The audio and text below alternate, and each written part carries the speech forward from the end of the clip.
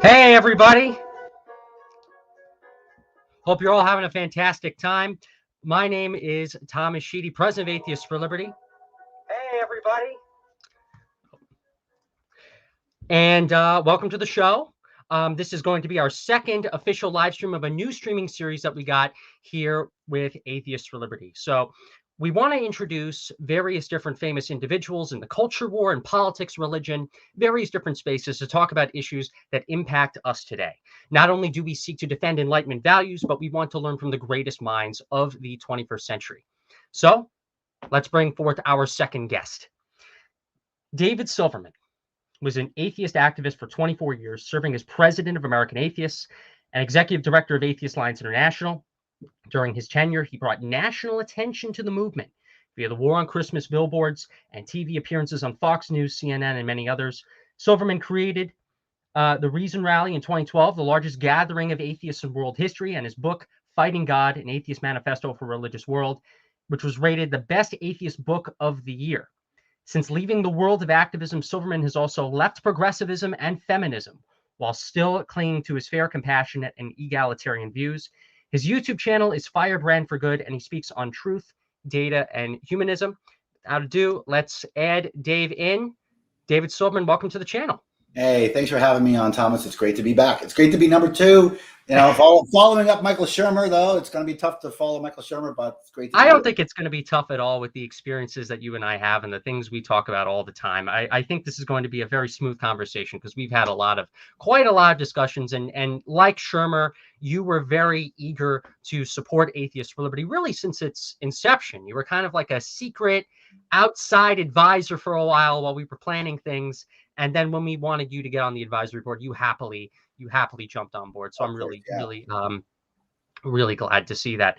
But I want to talk about a lot of things relating to your career in activism over the years, because I think it's something that should be celebrated. And I think we really should do a good job at educating people about the world of atheist activism and the various different topics that we cover here at AFL that actually you kind of got started in doing. So you were most known for being president of American Atheists. From 2010 to 2018, you proudly served as president. You served for over 2 decades as well with that organization. Yeah. I want to talk about, I would like you to go into the background a little bit on how you became president of American Atheists, how you basically became this famous meme figure, with your appearances on Fox News and the O'Reilly Factor. Take us back to 10 years ago. The David Silverman of 2010 and 2011, what was he like? How was organized atheism like then? The quest to enhance knowledge of science and reason and secularism and the normalization of atheists around the country. What was Dave Silverman like then? The fire was raging back then, right? That was when, 2010 was when I was made president of American Atheists. But of course, I had been the vice president for 2 years before that, national spokesperson before the two that. So I became president because American Atheists kind of pulled me up the ladder. I did not exert any effort at all to climb the ladder. I went from volunteer to state director to youth and family director to national spokesperson to vice president, all because somebody else offered me the position. Mm-hmm. It wasn't until president that I actually vied for it. I think there was just a zeitgeist factor back then that, I don't know if you've ever been told this, but I remember being told many times back in the 80s and 90s that I was the only atheist anyone had ever met. And I had been told that I wasn't really an atheist because atheists don't really exist. And that's a regular thing, right? This is going back in the time when, saying you're an atheist was considered an offensive thing to do. Right. And I really didn't like that. And I knew this concept of, this Overton window concept, which wasn't really developed in my brain back then, but I knew that the harder I was, the easier it would be for the next person. That was really the key. Okay. Mm-hmm. And I also knew that it doesn't hurt to get thrown out of a building.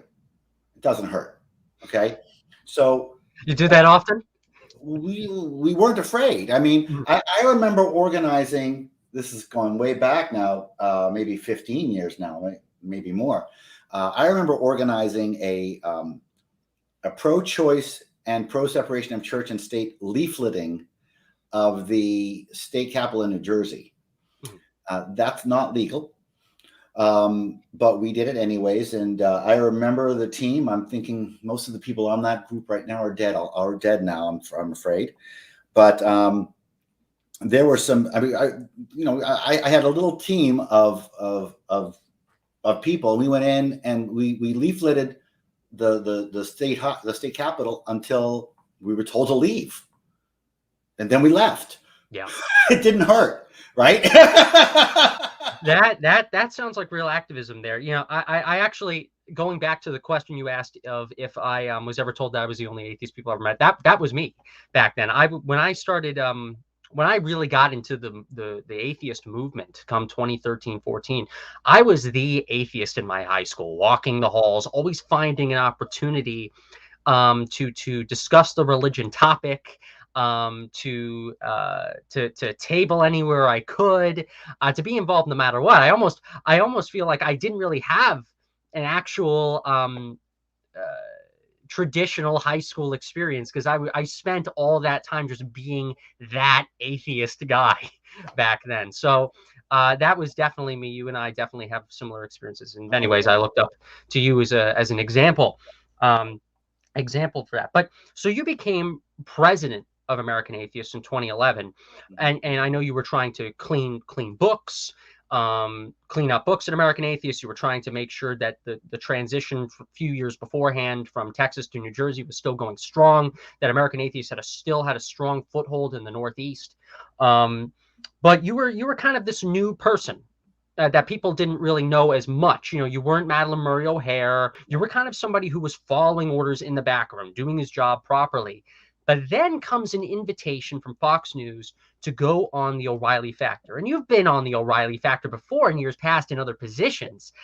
But this time was a little different. And this was during the American Atheists War on Christmas, one of the first successful War on billboard Christmas, those campaigns. were the days. Yeah. The War on Christmas, that was great. I would go on O'Reilly, and O'Reilly would say something stupid, and then they'd talk about it on late night talk shows. The Daily Show and the Colbert Report would make fun of me, and it was great. Those were the days. So you have to understand the backstory here, okay? It's an art form to go on these television shows. Mhm. The idea is to make it look like you're talking off the cuff, but come out with genius, right? Mhm. So how do you do that? Well, I prepare like crazy for those shows. I used to prepare for them like crazy. And the way I would prepare for them is to stand in front of the mirror and yell at the mirror. And I would just have fantasy conversations with these guys, yelling at the mirror. Okay, it took effort and time. Mhm. And a lot of my zingers, a lot of my one-liners were way pre-practiced, right? They looked good. They looked fresh off the cuff. That's the art, right? Yeah. So that's how I went in there, right? And I went into O'Reilly, and this, like you said, this was the second or third time I'd gone up against him, but this time was a little bit different. This was the first time I actually got to sit next to the man and talk to him before the show. Mhm. And so we're sitting there, and we're close to each other, right? We're right next to each other, and the guy is huge, right? He's over me, and he starts talking to me, and the guy I was talking to was not the Bill O'Reilly on television. Okay, this guy was knowledgeable. He knew things.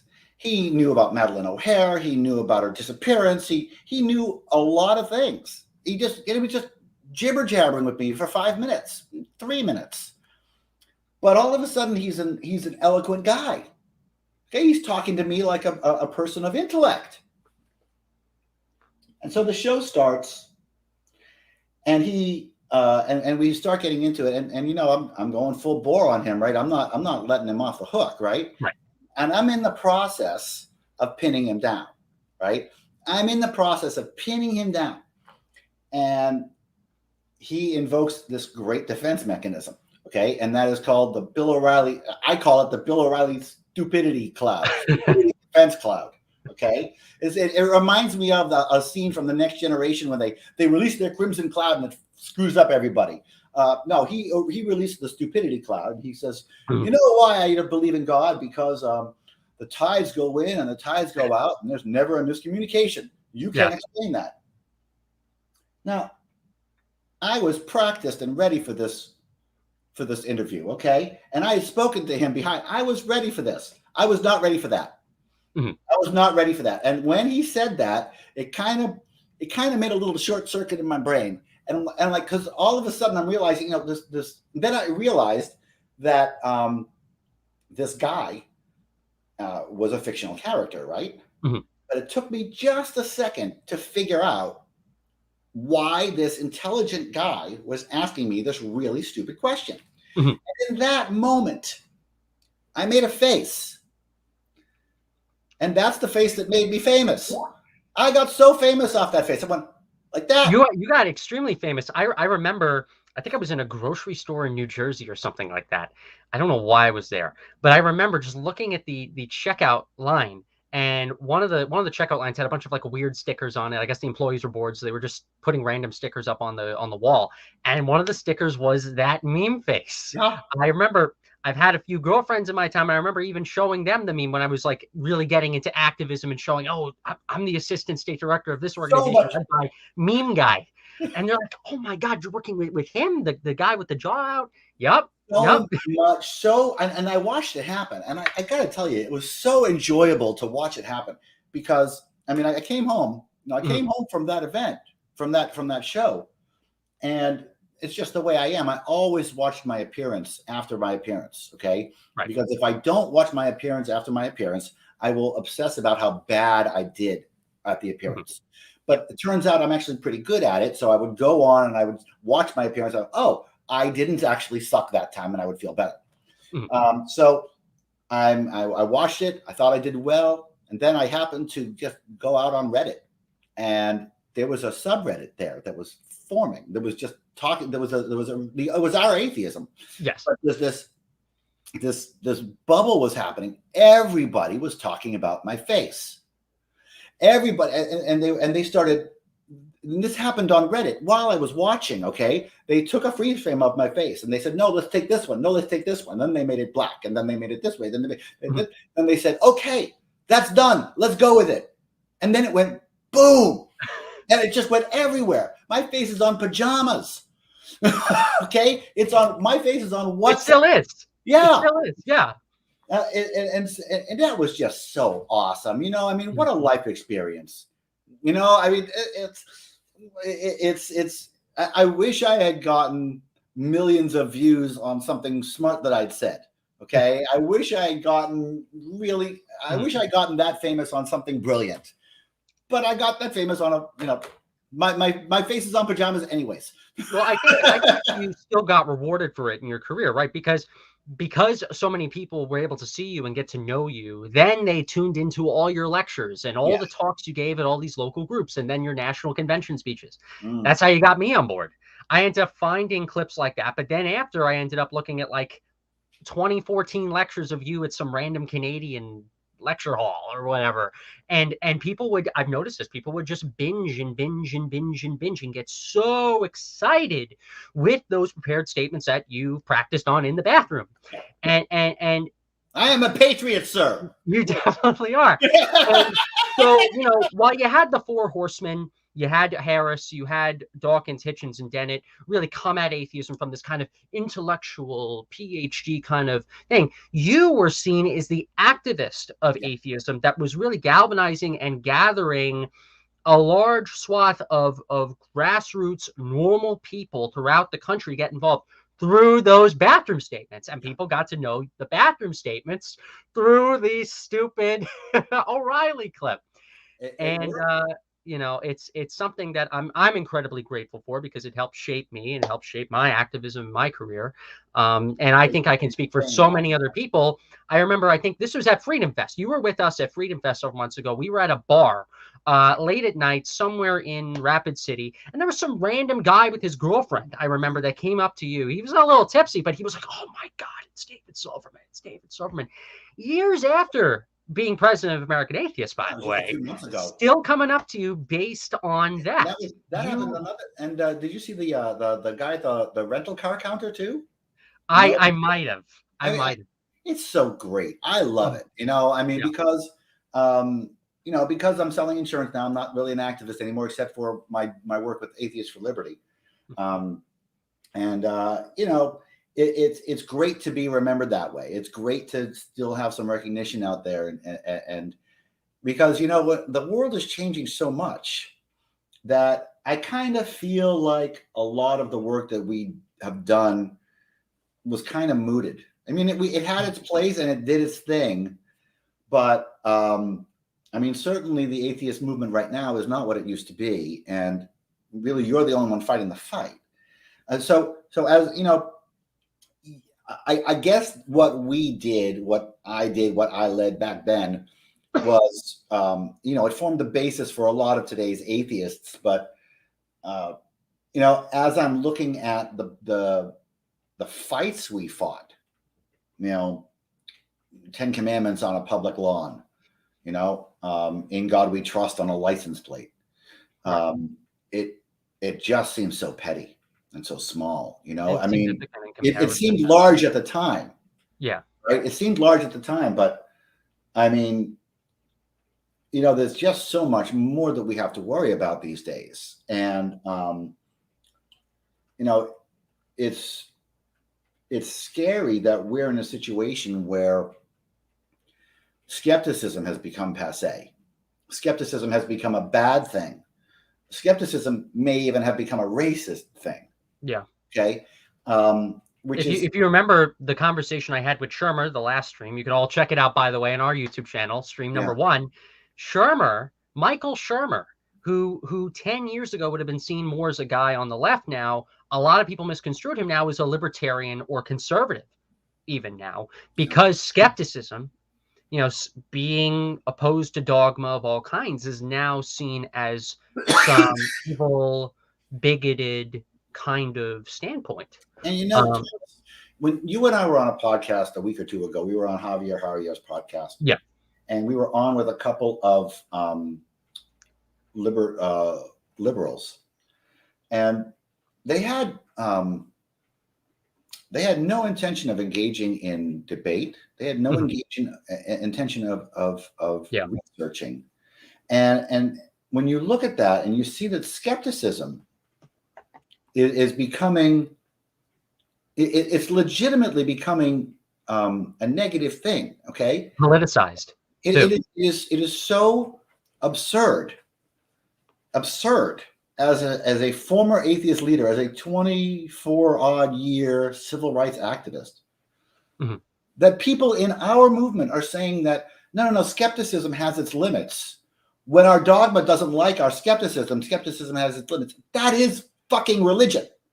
That is fucking religion. Every religion will say that. They'll say, "Oh no, Francis fucking Crick will say, "Oh yeah, science," until I say no. And do you know what's most insulting of all? I remember back in that stream, the most insulting thing was, after everything that people like you did for those guys, those two others that were on the politics panel with us, I remember one of them said, "Dave, you used to be so good. Now you're as if we have to be beholden to them. We have to be beholden to them, even though we did a service for them." And it's yeah, that's true. That's true. And it's also the entire concept of the demonization of the other. It's one thing to sit in front of somebody who is, hateful, but to sit in front of, half of the country and say, okay, you 70 million people disagree with me. You're all racists. You're all stupid. 100% of the science is on my side. There are no scientists on your side at all. Yeah. And to do that and to say, okay, well, and to say, and this is, you know, the idea of nuance is gone. Okay. They're bad because they're all anti-vaxxers. It doesn't matter that anti-vax now means anti-vaccine mandate, where it used to be that vaccines caused autism. Now it means I don't like a mandate. And now I'm anti-vax, even though I'm fully vaxxed. It's absurd. And it's because the left is lazy and doesn't have the time or the care to read a book and have a nuanced opinion about anything. It's all so black and white. If you oppose vaccine mandates, think about this. You oppose vaccine mandates, you're anti-vax. Yeah. That makes me anti-vax. I remember they were calling us anti-science. Yet we came from that exact skepticism, I shouldn't say retarded. It's scientific movement. You know, it's insulting to compare people like you and me to the people that we called anti-science maybe 15 years ago. You know, it's degrading in my mind. But you know what? So I mentioned how we did a service for these people. And let's talk about a little bit of the services that you did. When you were president of American Atheists, you did quite a lot when you were in office. The culture war was different, and you didn't let anything come to a halt. You kept wanting to move forward and move that organization forward. Yeah. And I remember, you know, looking into the history of American Atheists, even going into a good chunk of the 2000s, there was like a shadow that was cast upon it because of Madeleine Murray O'Hair's death. You had a few other organizations that were kind of even getting ahead of the curve, more than American Atheists. And when you came into office, I think you probably had this mentality of, we're not going to do that. We're going to make sure that American Atheists is the most famous, most relevant, the leader of the movement, the people on the front lines. And you got to work right away. So when I picked up American Atheists, I don't mean to interrupt you. When I picked up American Atheists, Ed Buckner was the president before me, and I picked up an organization where I was the only driving force in the organization before I was president. Okay, I was the guy pushing the thing. That's why I became president unanimously by the board.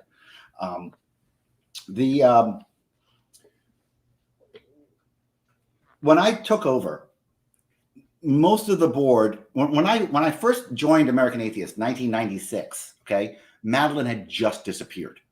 Okay, so I just missed her.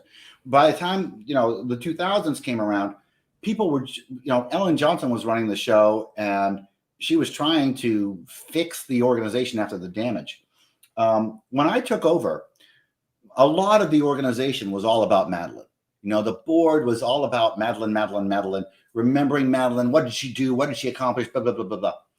And I really, I campaigned on an that message at the board. I said, we're not going to be that under me. We're going to be moving forward. We're going to be forward. We're going to have the spirit of Madeleine Murray O'Hair, but we're forward looking, not backwards looking. And that's, you know, what sold it. And that was what the intention was, to keep the fire. You know, she was fiery. She was not a passive person. I wanted to keep that going, and I guess I was the right person to do that at the time. Because you definitely were.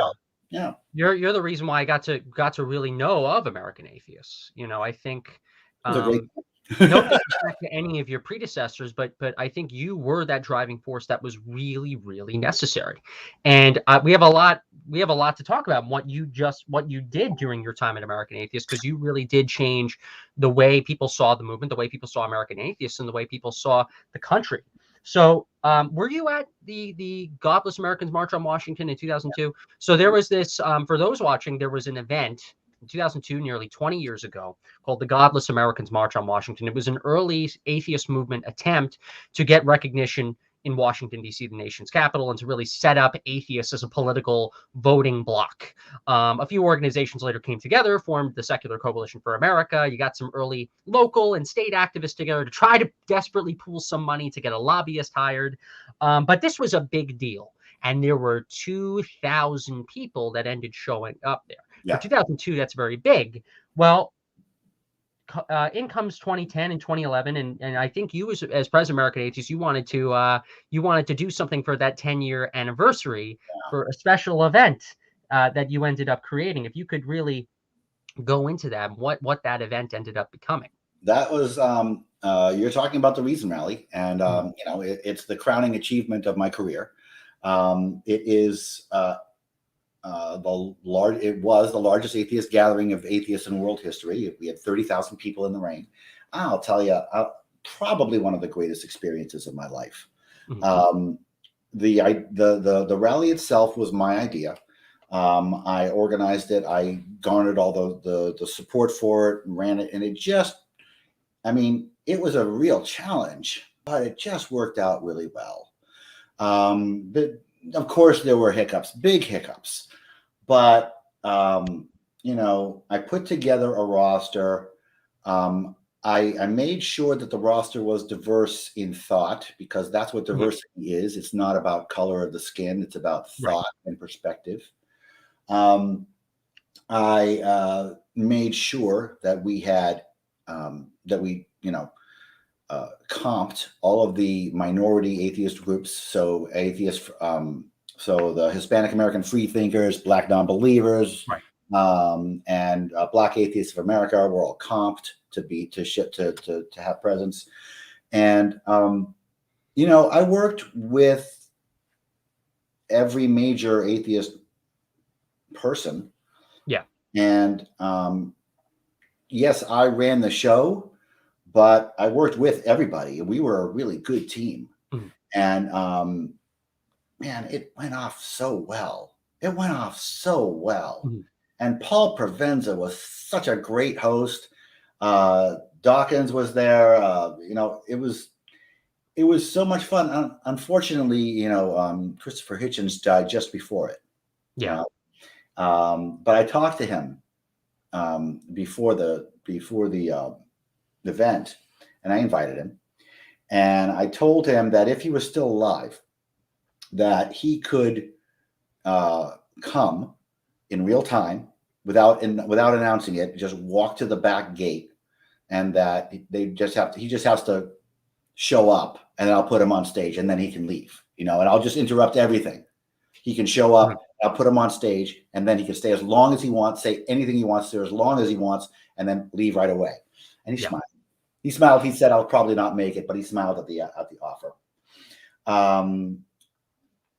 There was this moment. So 8 o'clock comes around. I arrive at the place. People are starting to mill around, right? The tents are up. The tables are down. Everything's all over the place. And things are starting to come up. And I go backstage. I start, you know, things start moving, shaking, and, you know, time passes. And there's this moment, maybe 2 hours later, when I looked out and the crowd had appeared. It was there at first, but it just appeared. 30,000 fucking people, right? In the rain, right? And they're all smiling and laughing and having a good time. And the sweatshirts were all screwed up, and the t-shirts were laid, and the Hitchens video wasn't playing, and you know, all these glitches happened, and everybody had a fantastic time anyways. Oh my God. Bad Religion played. And so what did it do? It wasn't an event just to have an event, right? It has to have a purpose. Yes. The purpose of the Reason Rally, among many others, was really about getting all the atheist organizations to work together just once and have a success. Yeah. Okay. Really work together. Yeah, we had heads. Yeah, we had the secular coalition, but you know, the movement wasn't gelling. The movement wasn't working together. It wasn't starting yet. Yeah. Well, the Reason Rally forced everybody. It forced American Atheists and FFRF and CSH and AHA and all those big boys to sit at the table and be nice. And that's, I think, what was definitely needed. If you look at, you know, the atheist movement, or what was going to become the movement in the 20th century, you had these gigantic rifts between American Atheists and FFRF. Oh. And I know things got a little better in the 2000s, come to 2010s, but there was still a bit of that remnant that all these different executives were secretly having against one another. Oh yeah, they had it against me. People hated me because of Madeline. Yeah. People in the movement hated me because of Madeline. Those were stupid. Amy Laurie, I'm not going to mention names, but it was stupid. Okay, it's stupid and it was not. And so basically, to be honest, the Reason Rally was kind of a force feed. Okay, it was kind of a force feed. It was. I mean, I was going to make FFRF participate. Okay. Yeah. They were the last ones to join. They were going to fucking join. Okay. I put together a package that was unrefusable. Okay. Unrefusable. Okay. You come in, you pay nothing, and you get to share in the profits, and you don't have to do anything. And you get all this. Okay. I made it a deal that they couldn't refuse. Right. And I made everybody know that it was a deal that they couldn't refuse. And everybody eventually came in and cooperated and held hands and played nice for one day. And it was a great day. And so the idea was that, and it did succeed, that there would be a second Reason Rally, and that there would be a continued increase in cooperation, that we were going to make the point that we were a movement, not a bunch of disjointed tinfoil hat folks, that we were a movement of substance, and 30,000 people in the mall will do that. And think about those 30,000 individual human beings. Okay. They had never been in a situation like that. They had never been in a situation. I remember walking into my first room full of atheists, maybe 150, 200 people there. I remember that moment. Okay. Think about people who experienced that moment at the Reason Rally. Think about that. Okay. That is a game changer in the making. You were movement centric. If we have to put like a terminologies behind the theme of each episode that we're doing, I think having Shermer on as episode 1, we were talking about the reactionary flavor that was new atheism. This was you bringing these nonprofits together when atheism and new atheism was at its prime, to be movement centric. Yeah.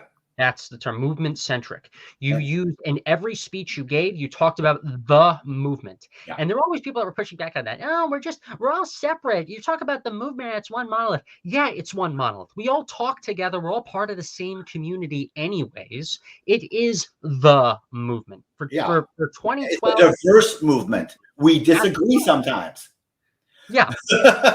But you ended up bringing people together. You gave them a deal you couldn't refuse at the first Reason Rally, and it showed. The American Atheist convention that came after had lots and lots of people in attendance. I looked at the video footage when doing research about you throughout the years. It was filled to the brim. And it ended up showing as well in Texas in 2013, Salt Lake City in 2014, and Nashville in 2015. Success upon success upon success. Yeah. And hell, you even launched Atheist TV for a short bit. And I was one of the nerds who would just tune in and watch every little pre-recorded setup that you guys would. We had good stuff on there for a while. We had good stuff. Yeah, you did. And you got Jacqueline to advertise it. You got quite a few people to advertise. I was the 16-year-old looking in and trying to watch as much Atheist TV as I could. But you were movement centric, and it showed. You knew the direction that atheist nonprofits needed to go in, and you did it effectively. Yeah. So let's talk about another effective thing you did, something that even at the time was seen as controversial, but you probably didn't get as much pushback until a little later. My hair's a little weird. But in 2014, there was something else so interesting you did in 2014. You wanted to come up with a lot of new content, right? You brought American Atheists to Salt Lake City. You introduced Atheist TV, but you also introduced a whole other initiative. Atheists are used to, at least in American politics, as being seen as left-wing, liberals. You go to something like Netroots Nation, and obviously you're going to see all the humanists together, all the agnostics and atheists together. But you decided to make a very bold move. You're going to take atheist activism, one of the most widely known atheist nonprofits in the nation, and you're going to bring it to the most popular right-wing conservative event in the country, CPAC, the Conservative Political Action Conference.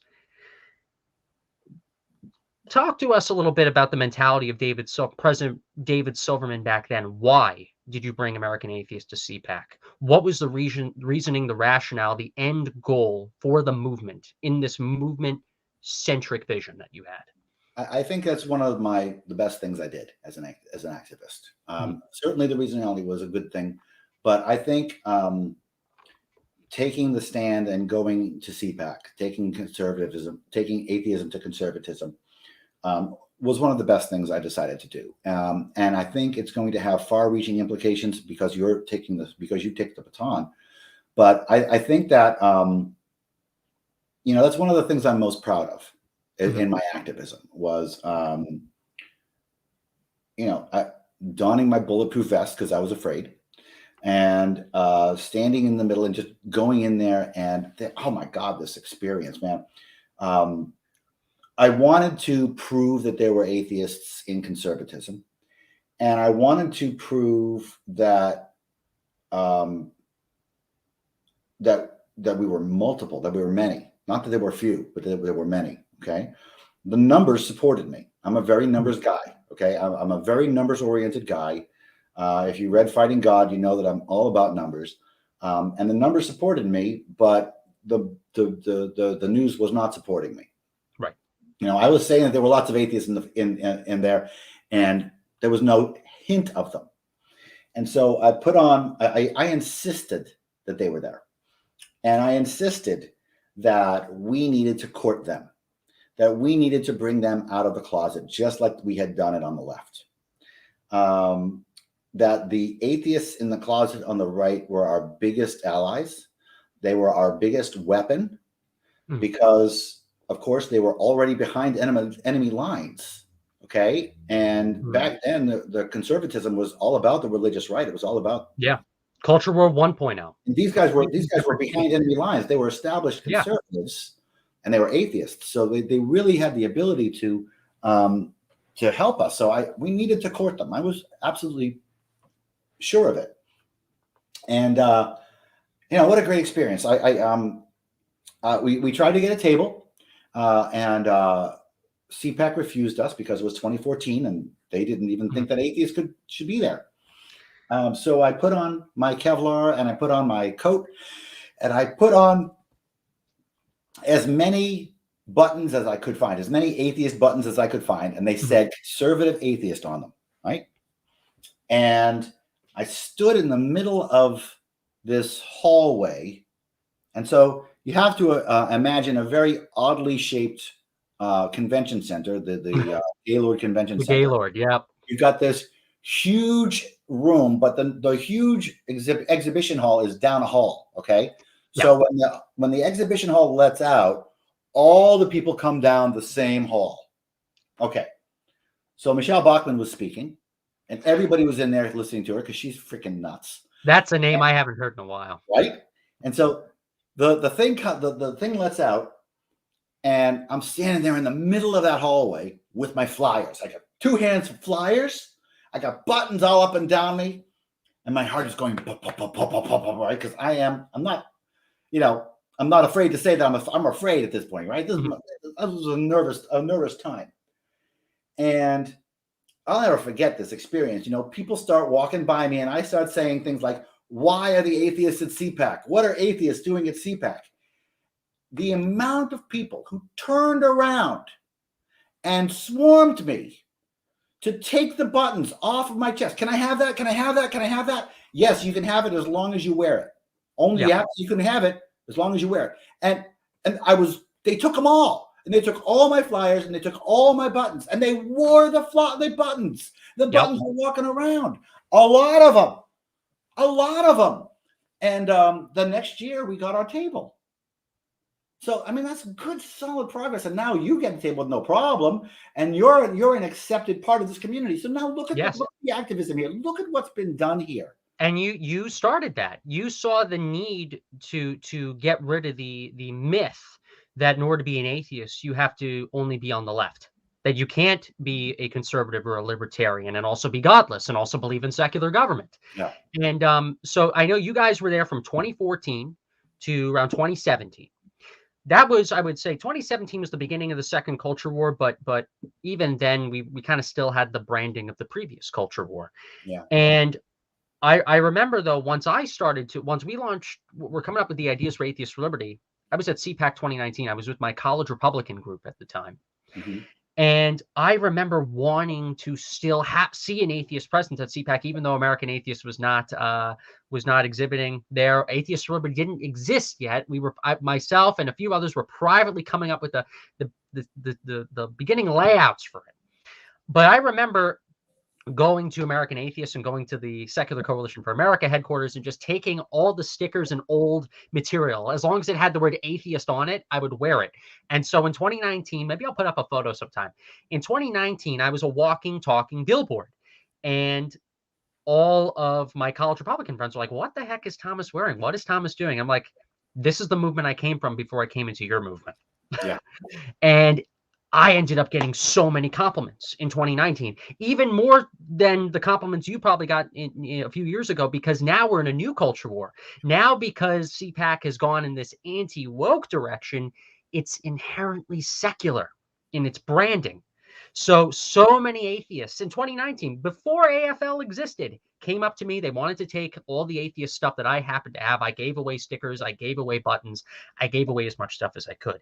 And privately in my hotel room, myself and Michael Trollin, who's the board chairman of Atheists for Liberty, we were coming up with the starting document for Atheists for Liberty. We said in 2020, we're going to be there. And when we premiered Atheists for Liberty in 2020, we were there, and we got even way more support. But you set the groundwork. I don't think we would have been as successful when we premiered there if you didn't go through it the hard way and take the beating and take the abuse and take the "we're all Christians here" messaging. But you got through all that. The Christians that the Christians that happen to oppose us are now a different breed of Christians. They're not even part of the old religious right now. These guys are a bunch of monarchist Zoomers that we got to deal with. It's a whole different crowd. It's not the same. It's not the same war anymore. It's not the same war. It's a completely the reason that we are not being, and now, look at how this is going to pay off, and look at how important AFL is going to be here. Okay, we're in a position where the left has gone batshit, and everybody knows it. And numbers count. Okay, Yep. Reality counts. You can't wish and think and hope that you're right. You can't hope yourself into rightness. Okay, if you defund the police, there's going to be a lot more death, and people are going to blame you for it. So, as you're seeing this, if you call everybody racist, race relations are going to get much worse, and everybody's going to blame you for it. So the left is losing a tremendous amount of everything. Okay. And we're watching, we saw in the last election. What's that mean from us? Well, that means that there's a heck of a lot of disaffected liberals like me who are no longer calling themselves Democrat, right? I'm not going to vote Democrat in the near future. I'm not going to necessarily vote Republican in the near future, but I'm not going to vote for anybody who would call me racist just because my skin is light. That's bullshit. That's not never going to happen. And I'm not going to vote for anybody who would put somebody like that on their cabinet. Okay, I'm not going to vote for somebody who would put overt racism on their cabinet or in their policy. That's just not going to happen. And what that means is that a whole bunch of former leftists, former liberals, are going to be going to the Republican Party. And if we weren't there, that would be a completely religious place. Yes. And now there's a home in the Republican Party for those disaffected liberals who are atheists.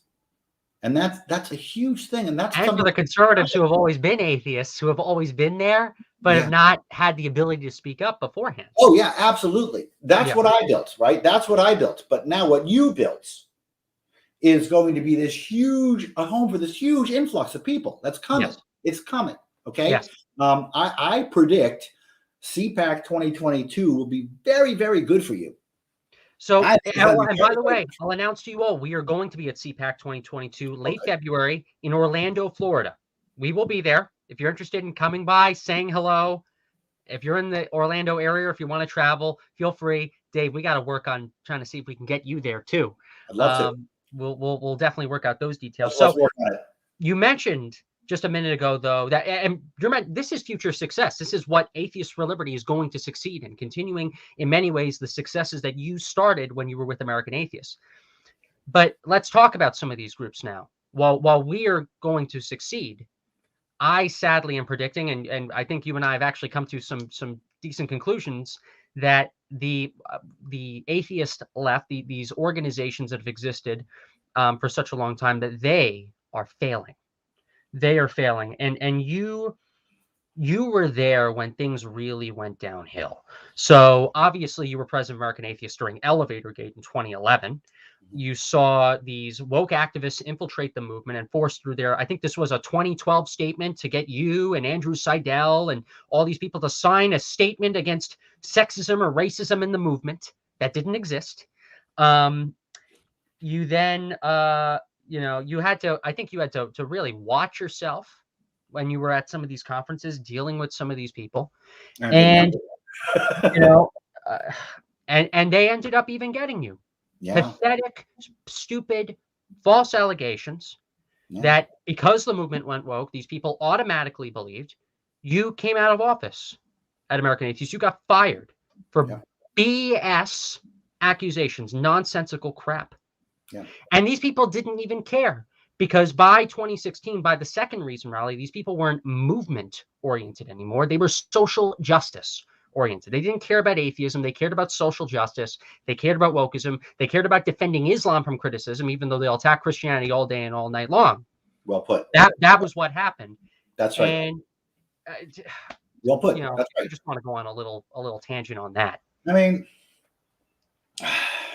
what can I say? It's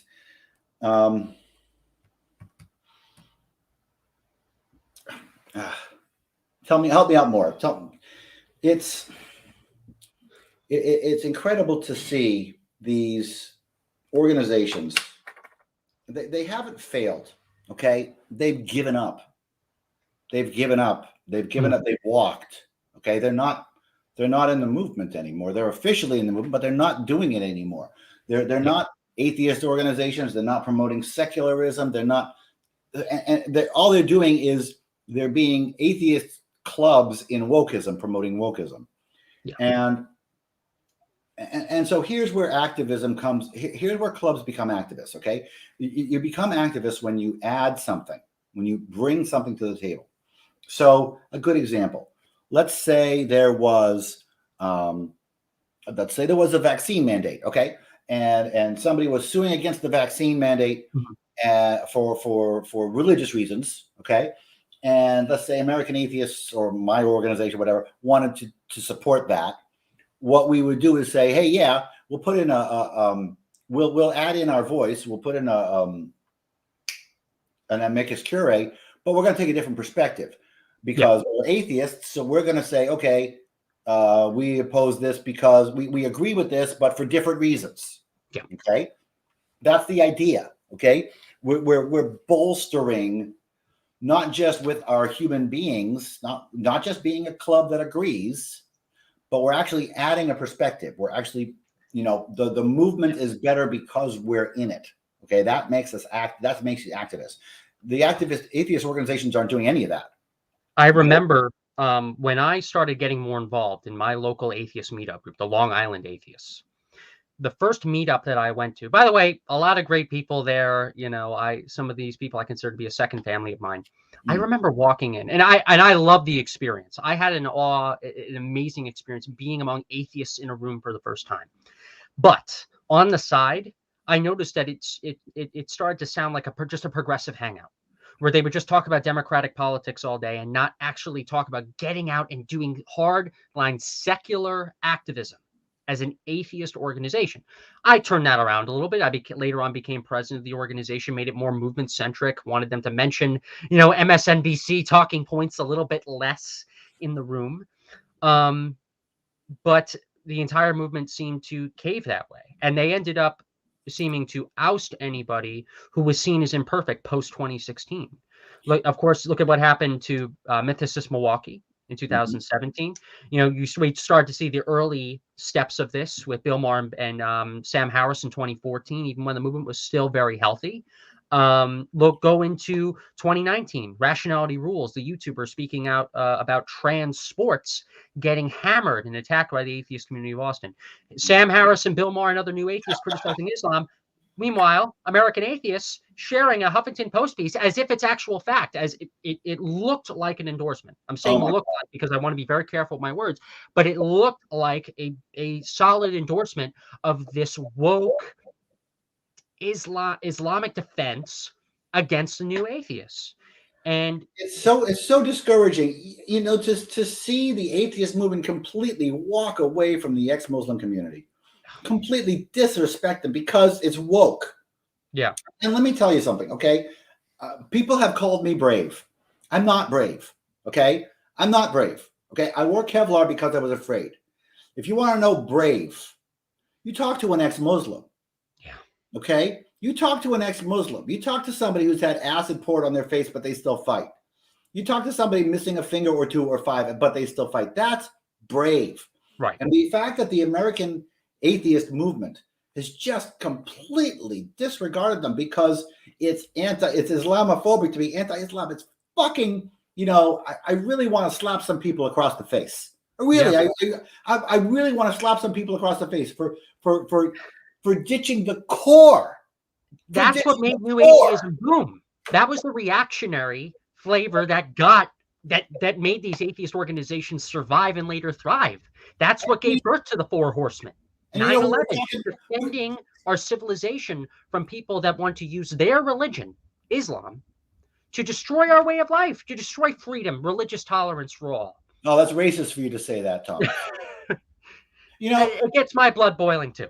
I mean, I said before that that we've lost the ability that people on the left are lazy as fuck and won't read a book and don't like nuance.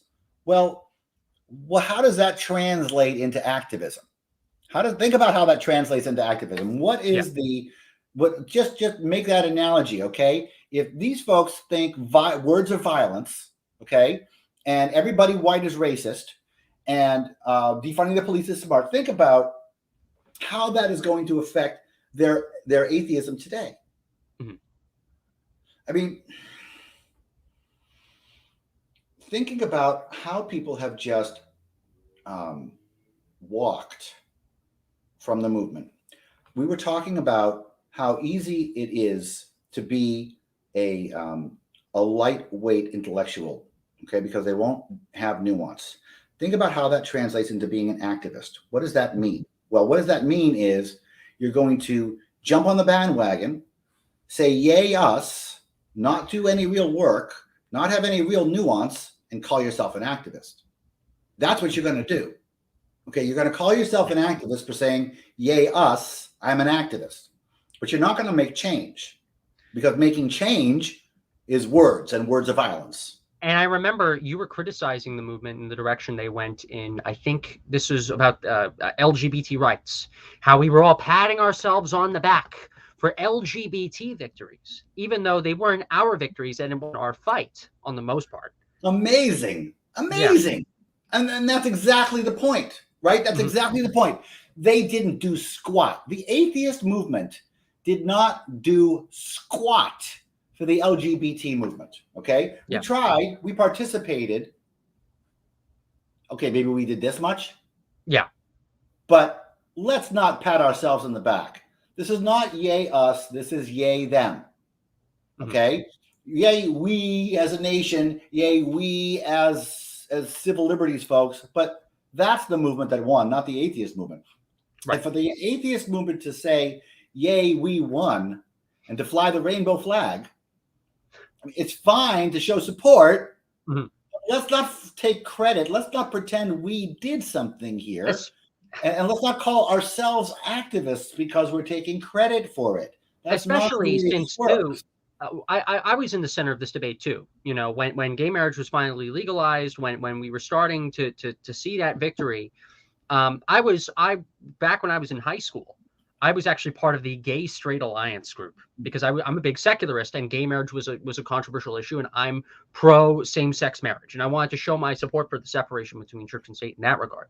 But I remember in that club talking about how the main reason why people are against same-sex marriage is because of religion. Mm-hmm. And even in the Gay Straight Alliance, it was as I committed blasphemy. Or to talk about Islamic oppression of LGBT people in the Middle East, in Europe, in some parts of Europe, because of Islam. And to also talk about atheist inclusion in this fight. And I ended up getting scolded, in many cases attacked, and disagreed on by these LGBT activists. Obviously, it's not all of them, but yeah, that wasn't our fight. And in many ways, we didn't get the same, respect from these people. No, because we were intruding on their victory. Yeah, okay? That was their victory. It wasn't ours. Right. We were cheerleaders. That's all. Okay. I mean, yeah, I gave a speech or two on gay rights. Okay, that's what I did. Okay, I didn't leaflet the building, the Capitol building for gay rights. I gave a speech or two. I was very strongly supportive, and yeah, it was great. But I didn't win that battle.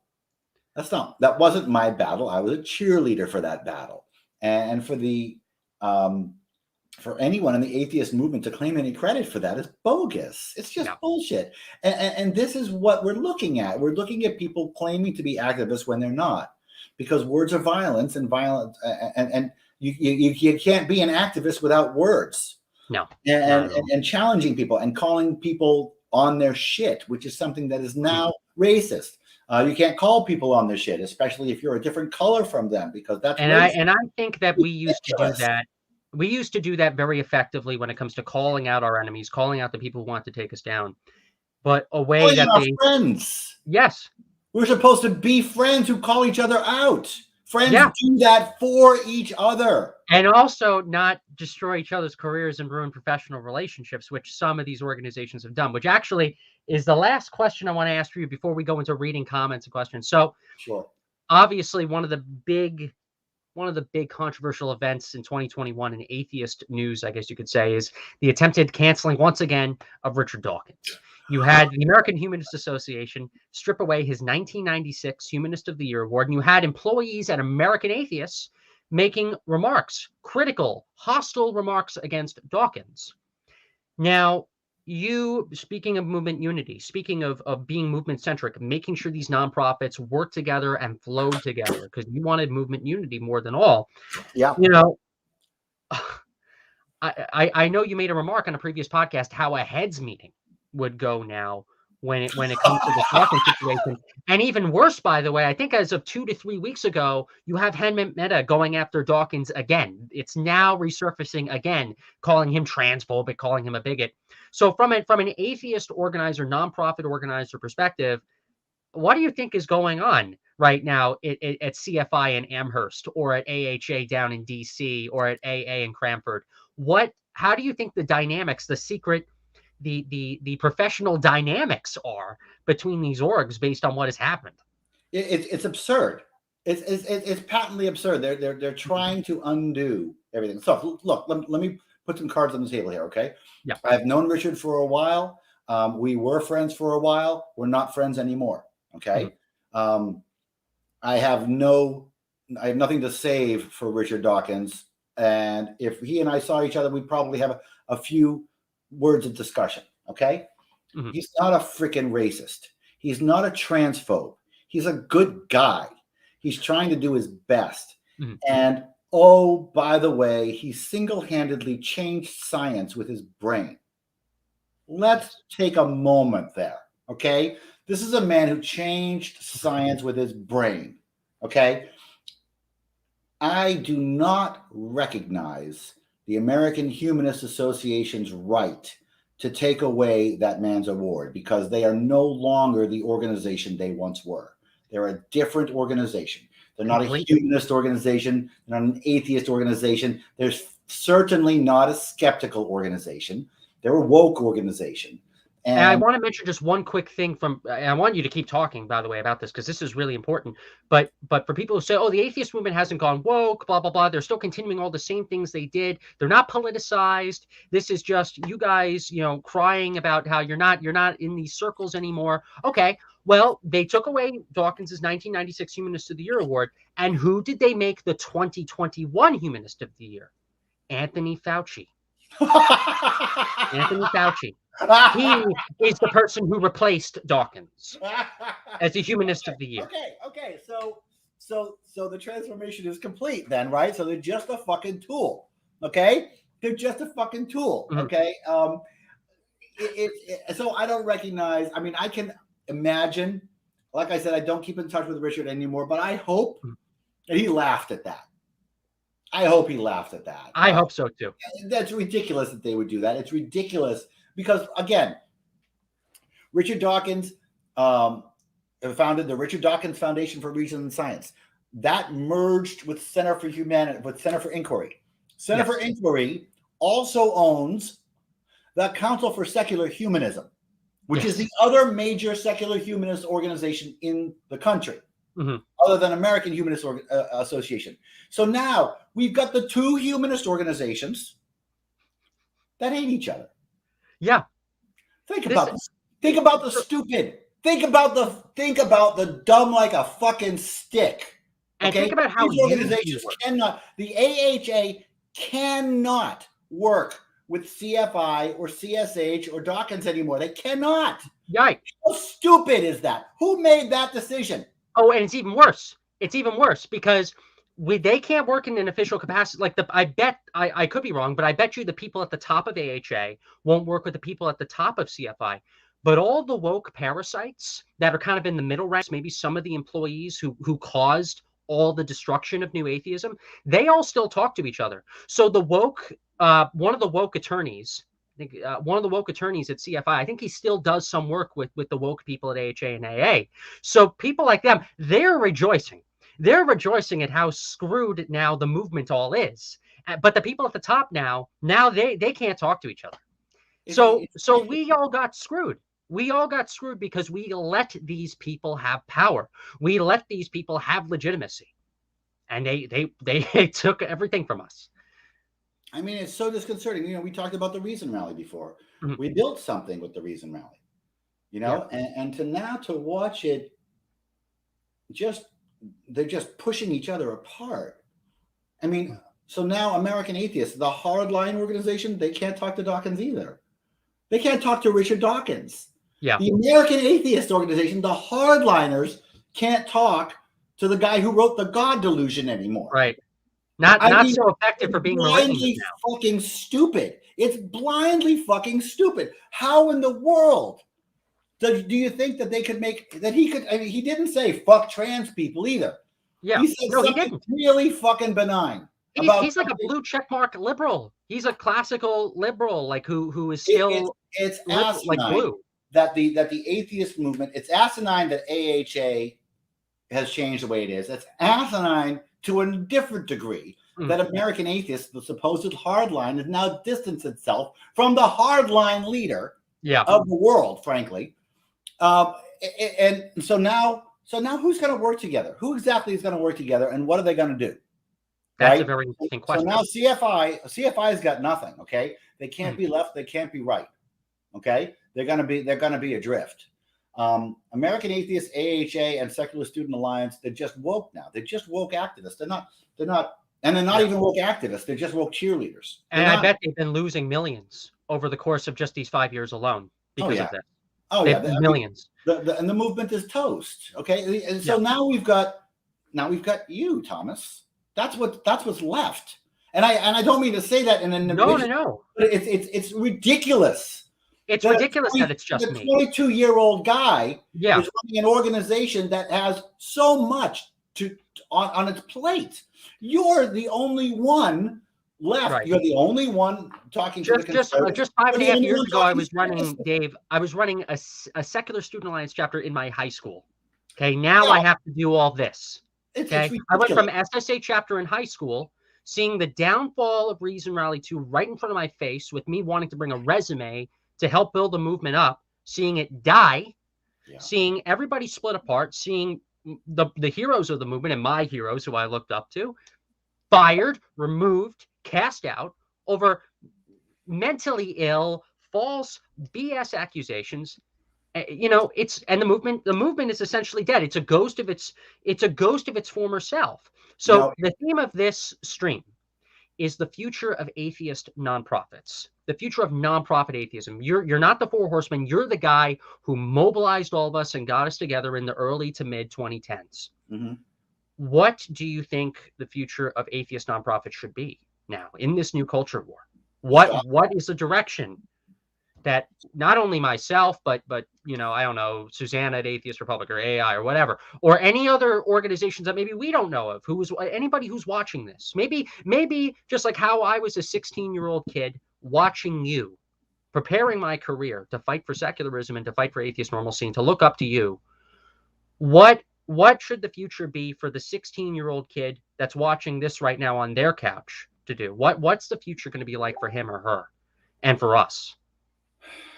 So the future for the 16-year-old is going to be very tough. Okay. Mm-hmm. Let me talk about nonprofits before I talk about the 16-year-old, because the 16-year-old is going to drive the nonprofits, really. From a nonprofit perspective, I would say that the world and the news is gone, right? We've lost the news. Fox News, MSNBC, and CNN lie. Okay. And so democracy is in serious jeopardy, just on its face.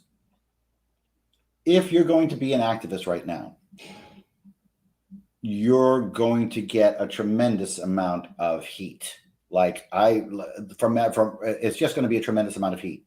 It's not going to be like the kind of heat that I took. It's going to be more, okay, because of communication and because of the tribalization, because there's no reasoning with leftists, okay? There's no reasoning with people who insist that there's no such thing as nuance. There's no reasoning with people too lazy to read a book.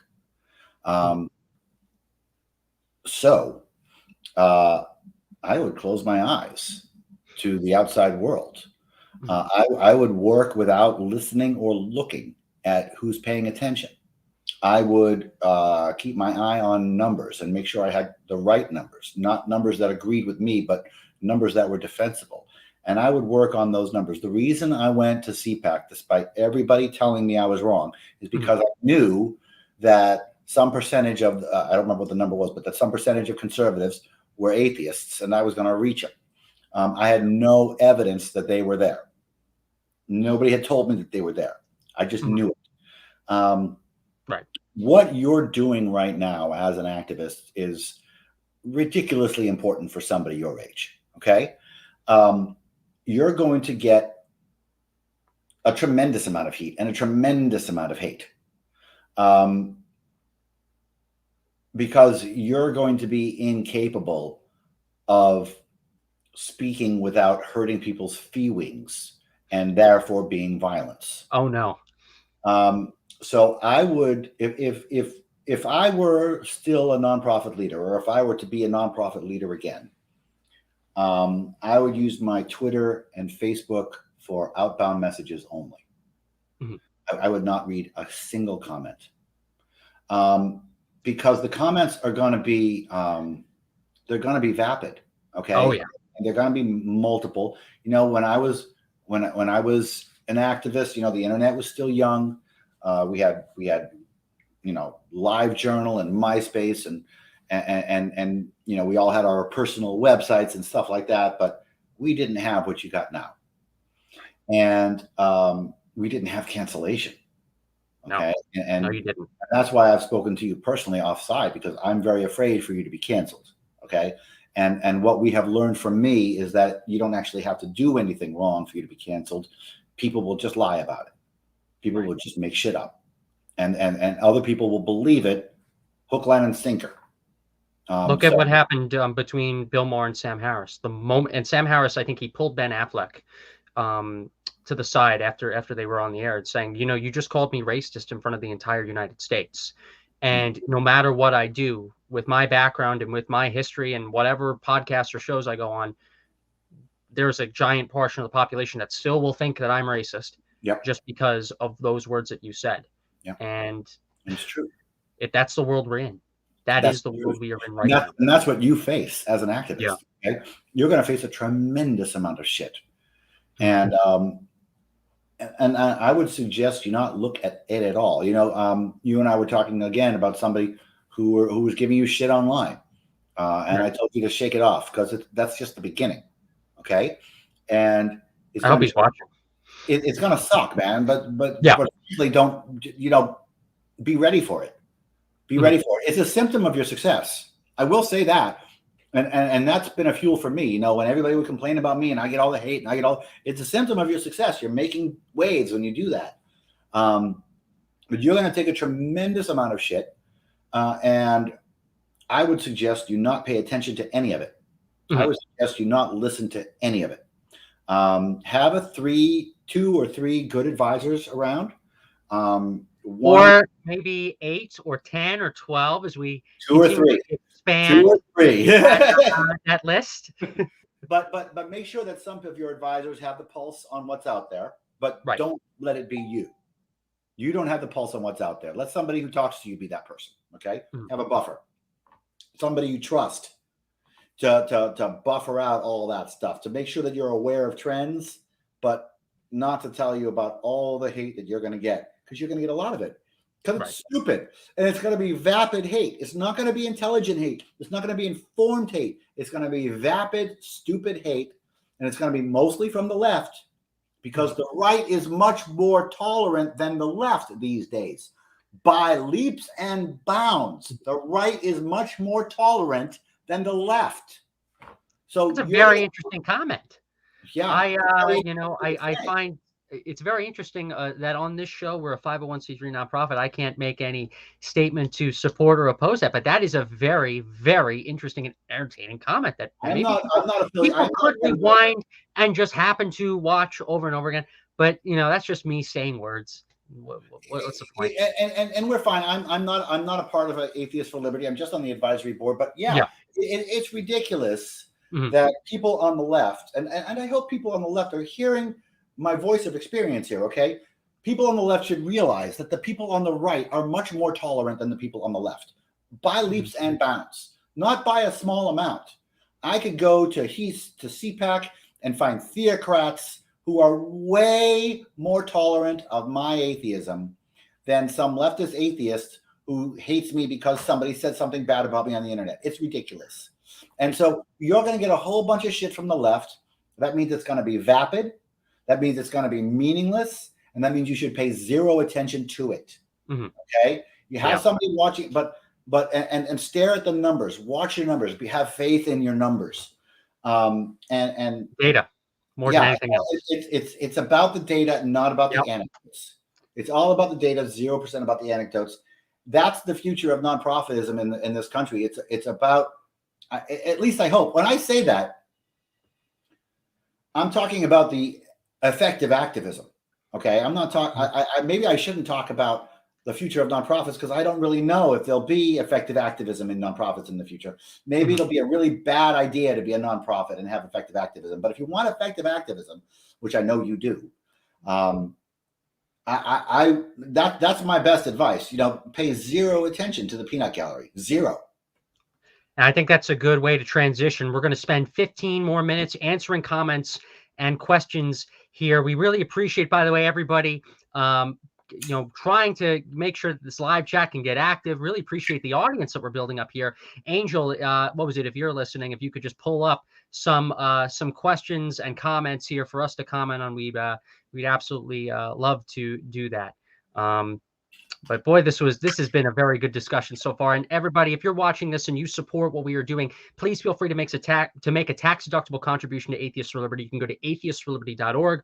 We're a 501c3 tax-deductible nonprofit organization. We have membership levels with benefits. We have a lot of cool online programs we're doing, and we're trying to get more out there on the grassroots level as well. We started out by exhibiting at conferences. We're going to have our next stream be on December 2nd. The guest will be announced later on. But if Angel, if you could pull up here some questions and comments, we'll answer them for 15 more minutes, and then we'll let Dave get off for the night. If not, I can pull some of them up. I wonder what Hitchens would say about today's political sphere. I know you mentioned Dave Christopher Hitchens. I wish so much he was alive. I wish so much he was alive. I mean, there's nobody I wish who was alive more than Hitchens to see wokeism and to be the anti-woke activist that I know he would have been.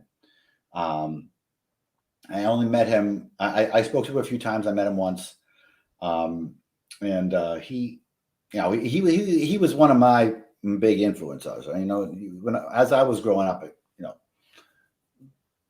he was a leader for me. Yeah, and so was Dawkins, but Hitchens was the firebrand. The firebrand. The firebrand. Or I was the firebrand, right? He started it.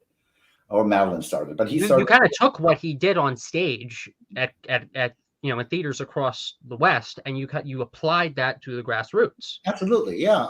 That's what I did. I mean, it's not like I invented being a firebrand. I stole almost everything I did from other people. David Silverman, professional thief. Well, activism thief, sure. I mean, I read a lot of books, and I stole a lot from a whole lot of other activists. Thank you, Saul Alinsky. Thank you, Malcolm X. Thank you, Christopher Hitchens. Thank you. You know, it's and for me, thank you, David Silverman. And Sun Tzu, thank you so much. But it's thank you, Thomas. But it's if we could get anyone back, it would be Hitch for me. I mean, he definitely that I miss the most.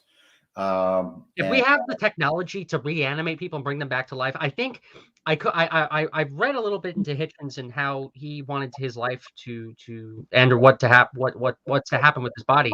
For all I know, his body might actually still be around. They might have a university might have it or whatever. I think he wanted to donate his body to science. So for all we know, the body of Christopher Hitchens, along with what remains of his brain, could still be around. And if we ever develop the technology, we'll create zombie Christopher Hitchens. Zombie Hitchens. Reignite him from the dead. Nothing can go wrong. Nothing can go wrong. Not to explain that either. But we'll make it work. I'd love to see a zombie Hitch. He'll have like 5 things of scotch, because the scotch, instead of the scotch killing his body, the scotch will be used to keep him alive. There you go. That'll be his fuel. That'll be his fuel. Futurama. Angel, feel free to have more. Okay, another Hitchens one. If only Hitchens wasn't such a lover of whiskey and cigars, he might still be with us today. Yes, exactly. I would agree. I smoke a cigar once every few months when I go to a conference, and I do drink every once in a while, but we always should keep in mind what we put into our bodies. Stay safe, kids. Well, Dave's got the glass. He's like, I don't care. I'm gonna die soon anyways. All right, Angel. More comments. Hitchens, on some level, was aware of what would eventually be known as wokeness. Yes, he faced a lot of crap in the late 2000s from politically correct activists, although he ended up stating a few things that were still to this day extremely controversial. There was an article that came out in Vanity Fair, I believe, in 2008, called "Why Women Aren't Funny," and it's still one of the most controversial pieces to this day. Why, usually when it comes to comedians, women comedians aren't as popular as male comedians in the West. And also, I think he went into relationships a little bit too, and talked about how usually women want men who are funny. Meanwhile, it's not really a requirement for men that want women, although there are some men who want women that are funny as well. But he got a lot of flack for that. And he started to see the beginning of this politically correct culture that wanted to kind of end your career because you were stated something too controversial for the system, and therefore you must be extinguished. And the too controversial, think about what the too controversial is. It's always about nuance. Okay, it's always about nuance, and it's always about the fact that men and women are different from each other, and that's okay. And it doesn't mean, and it doesn't mean that one is inferior to another. It just means we're different. And that means that, maybe women want things that are different from men, and that's okay. And if you have a problem with women wanting things different from men, it's actually your problem. It's not the problem. If all the women want to go this way and all the men want to go this way, and you don't like that there's no diversity, it's actually your problem. Unless somebody is preventing the women from doing what they really want. If the women are doing what they want and the men are doing what they want, and they're going in different directions, that's not necessarily a problem. Right. If everybody's free and happy and doing what they want, that's the issue of egalitarianism. It's not about we need 50% women and 50% men everywhere. It's about everybody having equal opportunity and equal choice. Exactly. That was the equality that I always supported. If you don't like the fact that women, by and large, like nurturing jobs, so they take jobs like teaching, which pay less more often than men, and so women on average make less than men, that's not a problem. If women are making choices of their own free will. It is a problem if women are being pushed into teaching. That's a problem. It is a problem if women are being are going into engineering jobs and being pushed out or being paid less because they're women. That's a problem. That I'd oppose. If women are being educated evenly and choose evenly, and they have a world at their oyster, they have the world at their fingertips, and they en masse choose to teach because women like to teach because that's just a genetic thing, this is 0% a problem. There's no sexism involved. There's no sexism there. And to say we should have said that 10 years ago. And that's what Hitchens was saying, right? Hitchens said things like that. And that's a very truthful and honest statement. Okay. And to say that, I mean, the leftist idea that anything that's not 50-50 is sexism. Right. It is slap you on the face bogus. It's so stupid on its face. It is a kindergarten level of understanding. And when you get angry about that because you have a kindergarten level of understanding and you say, and somebody says, "Oh, you're wrong," and you go, "Man, I'm gonna cancel you," that's you being a fucking child. Okay, that's helicopter parenting at its best. And so I'm gonna go back to Greg Lukianoff in the Cobbling of the American Mind. Okay, great book. You should read it. And it's about the fact that that this generation is all about laziness because they've never had to really work because they've never been challenged. They've never failed. They've never been told work harder or you're going to fall on your face, and they've never fallen on their face. And yeah, I'll just keep going because we have more questions and comments. But this I have a feeling that with the amount of comments that we got here, it's just going to keep going. We're going to get to these same points. The Thought Patrol asks, still think the feminist invasion into atheism makes sense and is great, David? Change your mind yet? What does feminist mean? That's the question. Okay, that's the issue. Okay, what is feminism? When I was your age, I was a feminist activist. Okay. I was standing on abortion rights lines. I was, picketing pro-choice. I was a feminist. Okay. I still am that feminist. I'm not the feminist that we are today. Right. So when I said, yay, feminism coming into activism, yay, feminism coming into. You thought it was second wave. You thought it was second wave feminism coming in and not this new social justice stuff. Before I was American Atheists, I was AT&T. Okay. Yeah. And so big corporate, and in big corporate, we were all striving for second wave feminism. Shatter that glass ceiling. Make sure everybody has equal access. Nobody's going to get discriminated against because of their sex. Right. That is what I thought was coming in. That was a Trojan horse. What came in was not the feminism that I thought it was. And I think this is, I'm just going to say that I think this happened to a lot of people. Oh, big time. That's what happened to the movement. You had this was all a great big bait and switch. Okay. Yeah. They brought in this Trojan horse called feminism, which everybody loves, everybody wants, everybody fought for. Okay. Everybody supports feminism. Who doesn't? The old feminists. But the old boomer feminists. What? The old boomer feminists believe, people like Dan and Annie Laurie and then the Gen X feminists, people like you and others.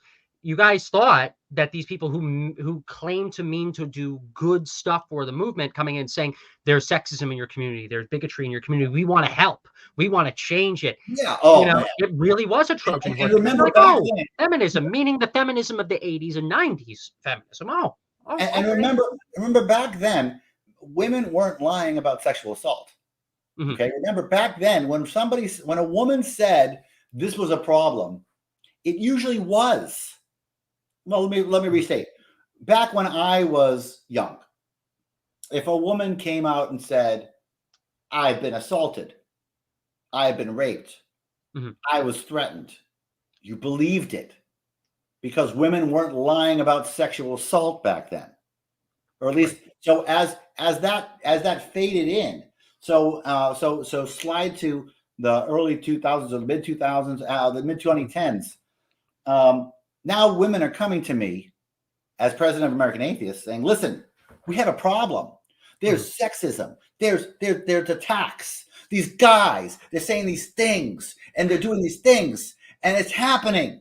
And I'm like, crap, Right.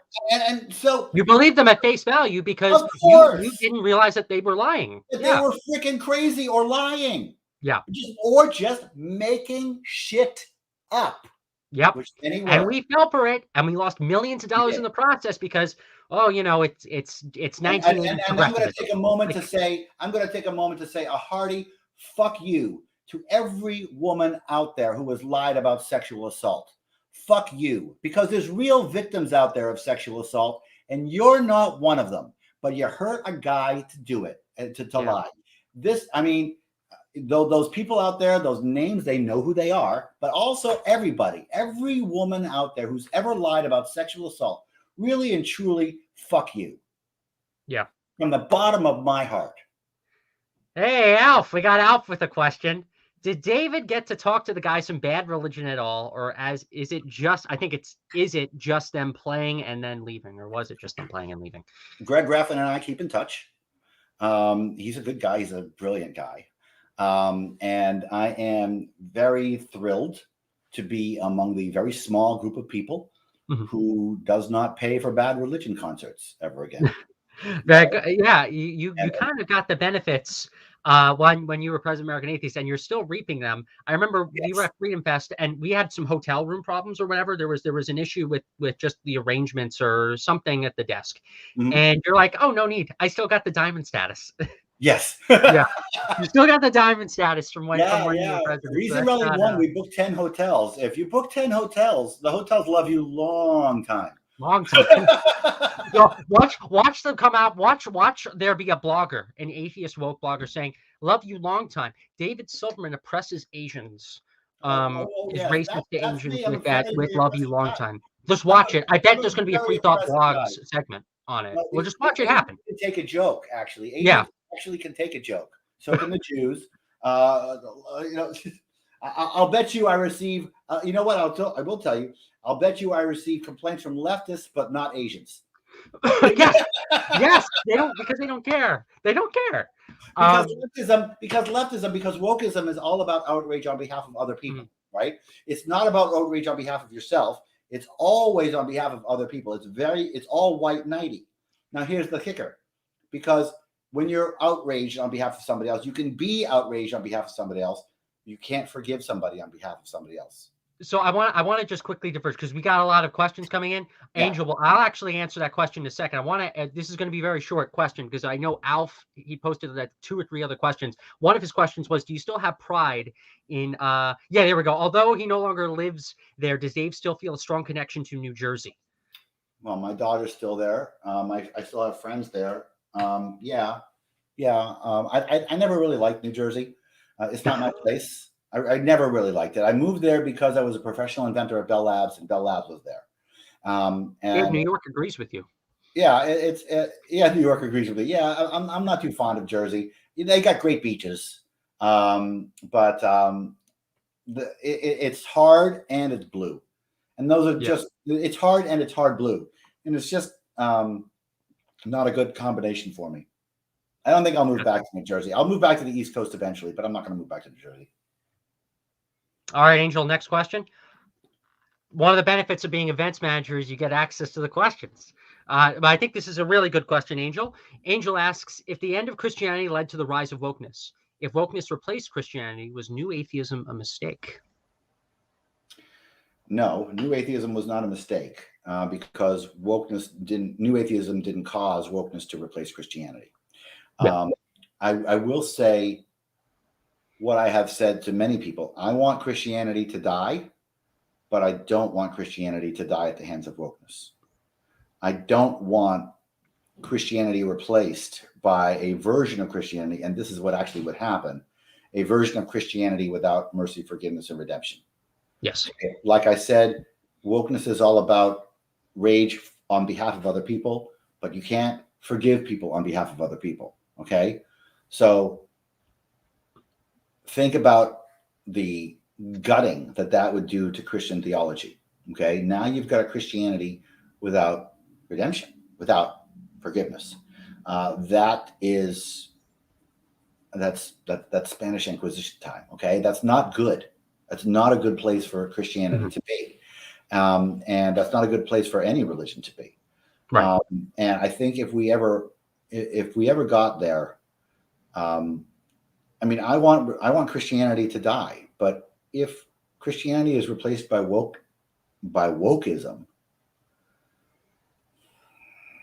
a secular state religion that is centered on racism, I think. Yeah, not the kind of religion I want. I think it could. I think it would be disastrous on a global level. Absolutely. Cataclysmic. Thank you, Angel. Yeah. Next question. Are you guys going to leftist events too? LOL. Yes. Well, yes and no. Or would we be interested in going to more left-leaning events? Yes. But there are two factors here. One, the coronavirus pandemic hit. We couldn't go to all these left-leaning events because a lot of the left-leaning events went in line and fell in line with the government and didn't want to have any in-person events. Number two, we're anti-woke. So if these organizations or these conferences, like if Netroots Nation reached out to us and say, hey, Atheists for Liberty, we really like you. There happens to be some like classically liberal Andrew Yang, Tulsi Gabbard types that are at our conference, which I don't think there are. I could be wrong. We'd love Atheists for Liberty to have a table to reach out to those more classically or traditional liberals in our camp, who are maybe new atheist types. Would you do it? Yes. Is that going to happen? No. We get invited and we get accepted mostly, sadly, by the right-wing events. I want us to go to IDW level liberal events as well. I don't want us to just be seen as like a conservative or Republican atheist group. We aren't. We happen to be doing programs that reaches out to atheists on the right, and we do want to see the creation of an atheist right, just like there exists an atheist left. Therefore, secularism is normalized and atheism is normalized in the country. But we'd love to go to other events as well. Thanks, Sal. I don't think I would. I mean, I would go to a leftist event if I were invited to speak, and I would stay in the green room. And I would not socialize at all. I completely understand why, but if there are non-woke people and there's an ability to reach out to them, I'd do it. I would be, you'd be okay. You haven't been canceled. I would be legitimately afraid to go to that event. I would be, because again, these people, and I'm going to use the phrase "these people," right. They don't have a problem doing bad things in the name of their good dogma. That's why Rebecca Vitzman and Beth Presswood lied about sexual assault. They just lied because they didn't feel guilty about it. Well, guess what? They won't feel guilty about punching me in the face either. Right. I don't want to be punched in the face. Right. It's true. It is fairly unsafe. It would be unsafe. I mean, I wouldn't be shot because, and of course, leftists probably can't throw a punch very well, but I don't want to receive it. I don't want to receive that kind of hate, and I would, and it would be far more dangerous for me to go to like Netroots Nation than it would be for me to go to CPAC. I mean, can you imagine if I went walking around at Netroots Nation? Oh, yeah. What would happen to me? I would not leave unscathed. Right. And I bet there are plenty of woke atheist activists who know you, who would paint a target on you, and they'd all text their little buddies on Facebook. Oh yeah. Facebook Everybody would know that David Silverman was there, and it would not be all right. It would not be all right. And it's so absurd.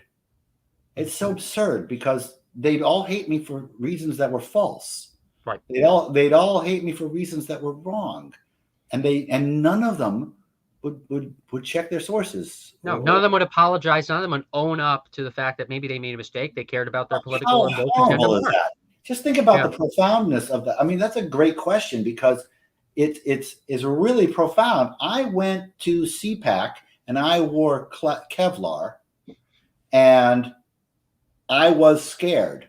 But as I think about it, I think I would probably not go to Netroots Nation because I would fear that more than I did. You'd be safe, but you'd be relatively safe at CPAC.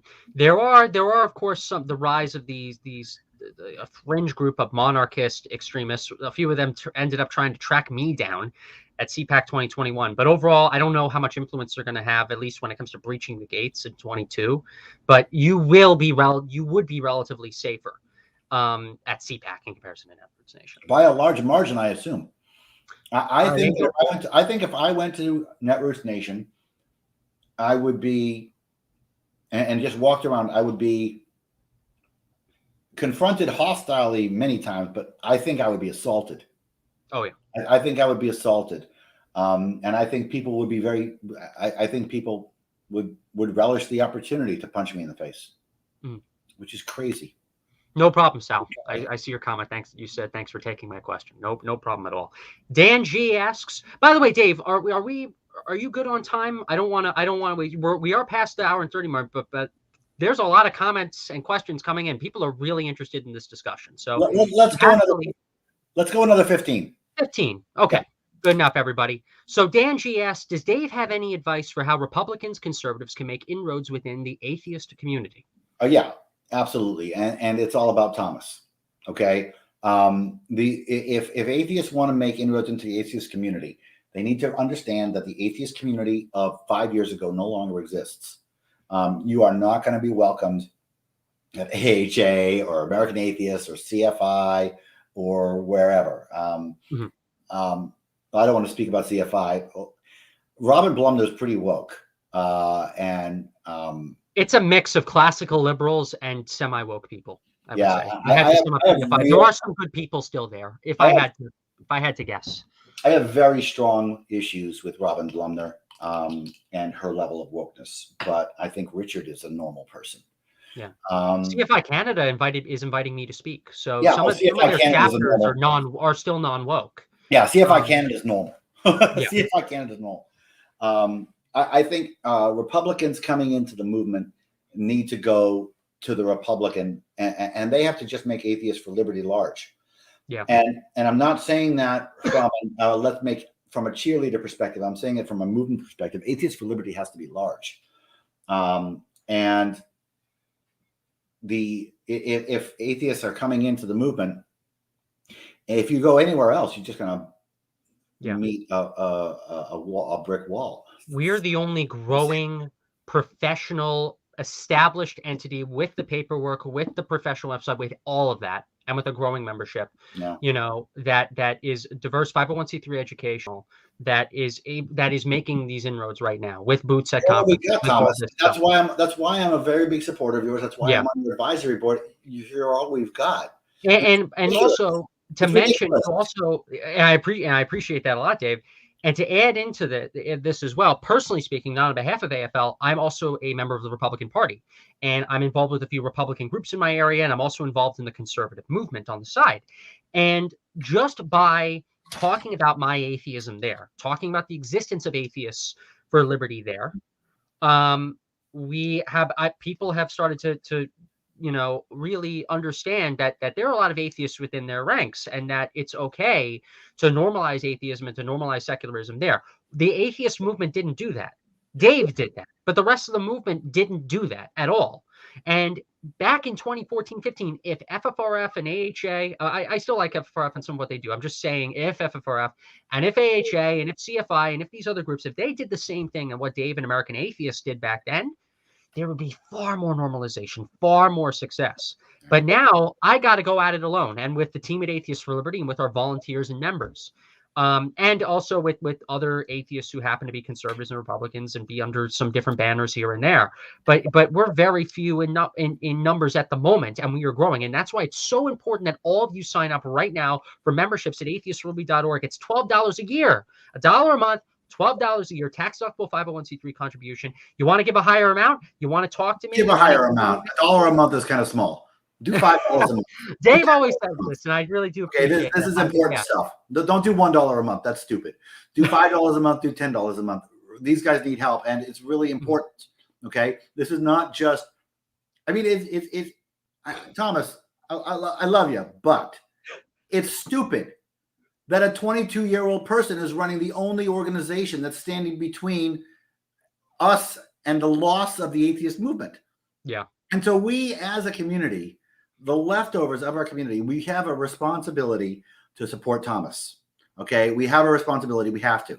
He's doing a stupid amount of work for somebody of his age and his experience. He's got good experience. He's been an activist for 5 years or so, 6 years or so, but he's in a position that somebody of, decades of experience should be doing.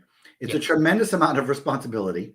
It's a stupid amount of responsibility, really, because the entire rest of the atheist movement has abandoned the atheist movement. And that's their stupid fault. And I can't believe that. I can't believe what happened. But we're in a situation where Thomas is all that's left. It's the best. I mean, and I'm not putting you down at all, Thomas. You know that. No. I know exactly what you're saying. You're all that's left. And that's why I shouldn't have been taking this mantle. I was going into Reason Rally 2 in 2016 with a resume with my high school SSA chapter, originally wanting to work for you and other people in the movement. Mm-hmm. Okay, I got a $5,000 check from Dan and Annie Laurie just a few months prior to that, and I wanted to go there to establish my thanks and to show my support. But I saw the movement die that day. Yeah. And so, I, as a 23-year-old, have had to take over.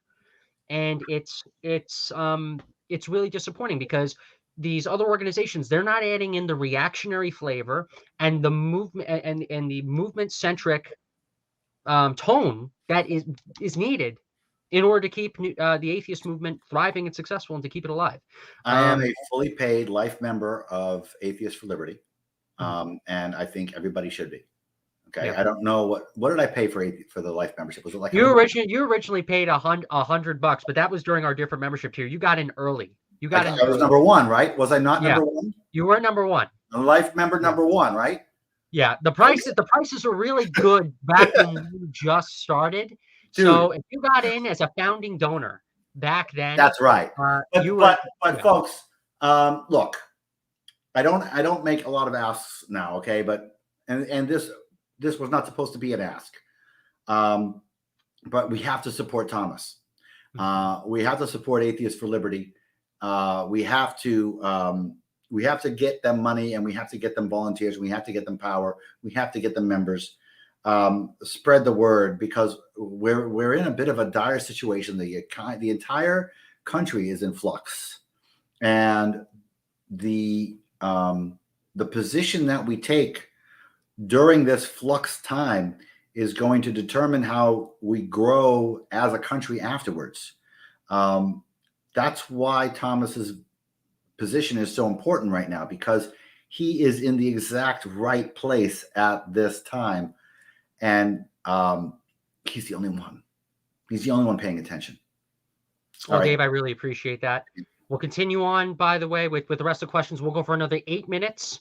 Then we're good for the night. We'll let you go. All right. So I'm gonna quickly answer Angel's questions. Republicans, libertarians can reach out to ex-Muslims. Yes, they can. They've been doing it slowly. They're gonna do it. They're gonna do it more, I think, when they talk about the issue of Islamism in Europe and that eventually flowing into the United States. I think that's going to be a conversation that we're gonna have more. I actually want to bring up one quick question here by Andrew Dennis. Perfect, you just did it, Angel.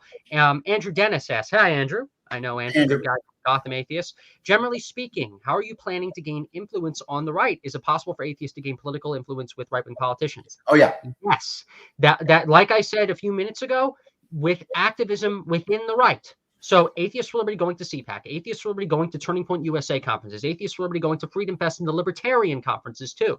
And then also individual atheists who happen to be right-wing, growing within Republican organizations, growing within their local conservative organizations, college Republicans, young Republicans, Turning Point chapters, YAL, YAF, you name it. This is stuff that has to happen from within, but we need to show our support to these initiatives, or else, and the atheist movement didn't do that in 2014 and 15, and that's why myself and others have to do the heavy lifting now. Yeah, it's absolutely possible. You're right. It's absolutely possible. And when you say right wing, I mean, right wing is a big word. I'm thinking the moderate Republicans are going to be much easier than the right wing. But numbers talk. It's all about numbers. It's all about money. And I think that it's very possible, if not likely, that Thomas and we as a movement, as whatever is the movement now, will be able to have some good influence with right side politics. And I would like to also mention that the previous question about conservatives reaching out to ex-Muslims, I think that's a huge thing to happen. I think the ex-Muslims are being pushed away stupidly by the left, by the atheist movement. Stupid. And so they will be forced to go to the right. And yeah, the right has to pull them in, because it would be stupid for them not to. So they will, because the right is not as stupid as the left has become. And so the right will attract them. And all those ex-Muslims, all those heroes, those legitimate heroes, those actual activists, Heroes of civilization, they'll go to the red, and it'll be the left's fault. Sal asks, I remember Dave doing tours debating religion. It was fun watching those videos. Has that time passed forever? You know, I talked to Michael O'Fallon a couple years ago. Yeah, good guy. Very religious guy, a Southern Baptist Convention, I think. He used to be part of the debates, be a portion or a manager of some of the debates I used to go after. And he and I had a talk maybe 2 years ago, and we talked about wokeism. And so here I am sitting down with this religious right-wing nut, watching him literally cry about what wokeism was doing to his church. And I shed a tear myself talking about what wokeism did to my movement. And when we parted ways, he said to me something which I will quote to you now, or at least I'll paraphrase to you now. He said, I hope someday we have the luxury to debate whether or not God exists again. And it was a freaking profound statement for him to say to me. And I'm just going to answer Sal the same way. I hope so. I hope we get the luxury of debating whether God exists again. I hope I get the luxury of pointing to some Christian and saying, look at that guy. He's so stupid because he's wrong about God. Let's debate him, because that's the big deal. That's the big issue on the table, whether God exists. I hope whether God exists becomes a big issue again. We'll do 2 more questions, and then I'm going to conclude the show, and then we'll end it all. Sal asks, shouldn't we be recruiting leftist atheists to the right? So I'll actually answer this, because AFL, we do want to do outreach on the right, but we don't endorse political parties. We don't endorse candidates. We have atheists who support us who are classically liberal or liberals, and also libertarians. Some people who might not consider themselves to be directly on the right. I think that if you are in the conservative movement, if you are somebody who is on the right individually and part of that movement, I think it would be dumb for you not to. No. I think, those leftist atheists that could be recruited to the right, they're closeted right now. Marketing to them is a good idea. But how are you going to do it? You're going to have to do it with... You're going to have to do it with social media, I guess, because it's got to be done on an individual level. But really, I think the left is going to push those people out. I don't think we need to market to them on that level. I think they're going to be pushed out. All we need to do is, I'm speaking like I'm a conservative. I'm not a conservative. I'm not a Republican. Okay, this is what the left has done to me. I am pro-choice. Okay, I'm pro-separation of church and state. I'm maybe pro-UBI. I'm a left guy, and I'm speaking like I'm a conservative because the leftist has taken over. So we'll end this with a last question here. And Dave, I absolutely share your frustration, but I also don't want your time to be wasted too much. I appreciate that. We have one last question here. And by the way, if you were all interested in talking to Dave more and asking more questions to Dave is part of our advisory board. Dave's going to be part of more events that we do. We are going to have him back on the channel. I'll be around. So thank you, everybody, for asking your questions. But we're going to take this last one. Do you think the left will ever return to its Enlightenment principle roots? No, I don't. I don't, because I believe that the left's stagnation is due to a lack of education and a lack of skill of studying. I believe leftism is a symptom of laziness and intellectual vapidity. That can't be cured in one generation. It's not going to be cured. We're not going to get a whole bunch of people to read. Okay. We're not going to get a whole bunch of people to think critically. We're not going to get a whole bunch of people to think, oh my God, I was wrong. It's hard. Will it happen? I believe what's going to happen. I don't know what's going to happen. I mean, I think the right is going to take over Enlightenment values. I think the right might take over secularism. Okay. I think the right might take over, period. And so what will the left become? I don't know what the left will become. Will the left become this racist, self-hating entity that just kind of eats itself? I certainly don't think we're ever going to see leftists championing due process or freedom of speech or, the idea of are we going to see leftists doing content of character over color? It's going to be hard to see it. I hope so. The answer to the question, I hope so. I don't think so. I'm pessimistic. Hey, Frank. Oh, I see Angel put up one last one. Okay, he wants one last one. We'll give him that. How do we get money? This is actually a great way to help conclude the show. How do we get money to spread our movement? Do we find donors who aren't afraid of the woke mob going full Chick-fil-A on them? Yeah, big donors. Big donors don't care. High-end donors don't care. People who donate through foundations don't care. We should be going towards Atheists for Liberty. I'll tell you that. Yeah, I mean, we always use more support. We do need to gather together and concentrate on large donors. Okay, I mean, we can all donate our small stuff, and the small stuff is good, but we do need our share of millionaires.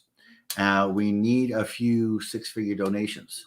Those are done through foundations, and most of the time they can be done through.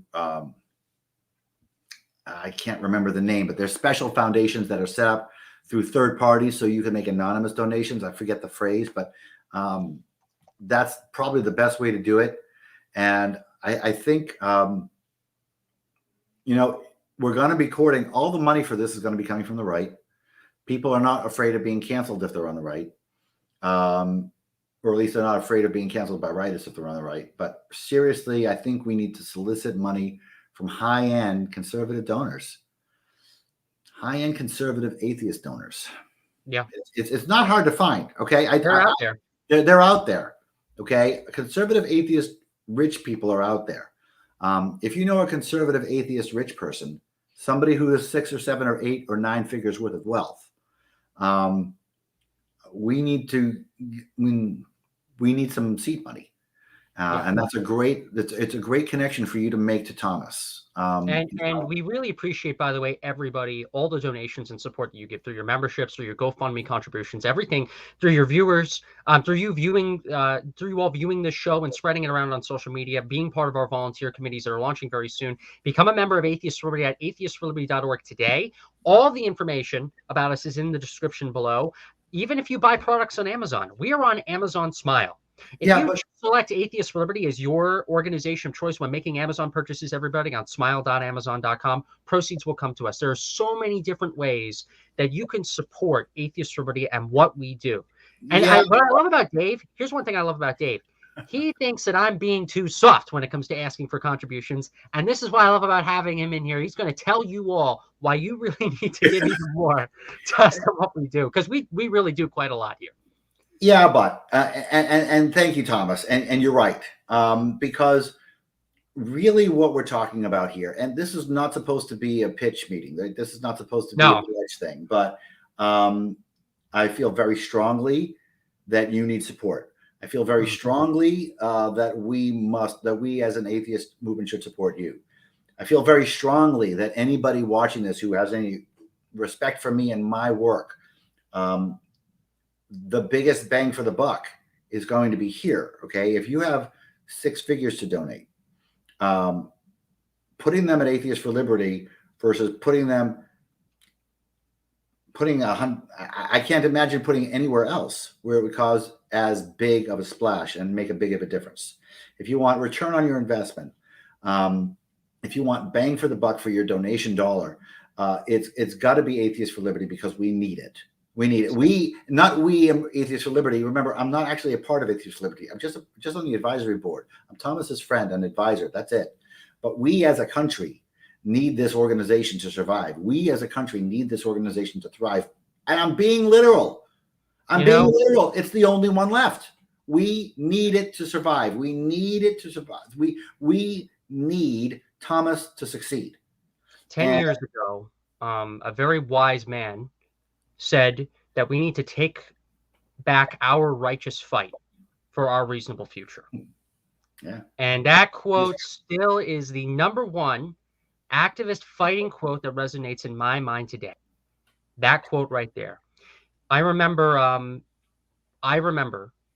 when I was just 17 years old. I had acne on my face. I had long hair. I was just starting this SSA chapter in school. And I remember meeting you for the first time. It was in New York City, walking up the stairs, seeing you next to Dennis, eating a bunch of breakfast food, and I was shaking. I was shaking. I'm like, oh my God, my hero, David Silverman, is here right before me. I had the same feeling when I met you in an elevator at Reason Rally 2. You come up to me. You didn't know who I was, but you came up to me and you said, I was like a young kid in my shirt, ready to get out there on the field. And you said, are you ready for the rally?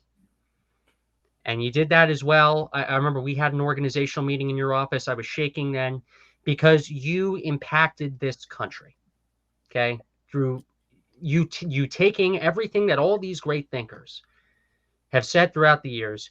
You put it on the field. You told us to get to work. You yelled at your bathroom mirror, but you did it for a reason. Yeah. You did it with a data-driven purpose, and you changed the nation. And that's why, to this day, Dave, I am proud to call you my hero. I'm proud to have you on our advisory board, and I'm very proud that you were one of the early guests on this show.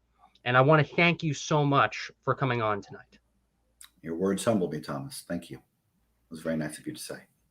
So everybody, thank you so much for watching. Our next show is going to be on Thursday, December 2nd. Guest to be announced. Please, you can find all the information about Atheists for Liberty in the descriptions below.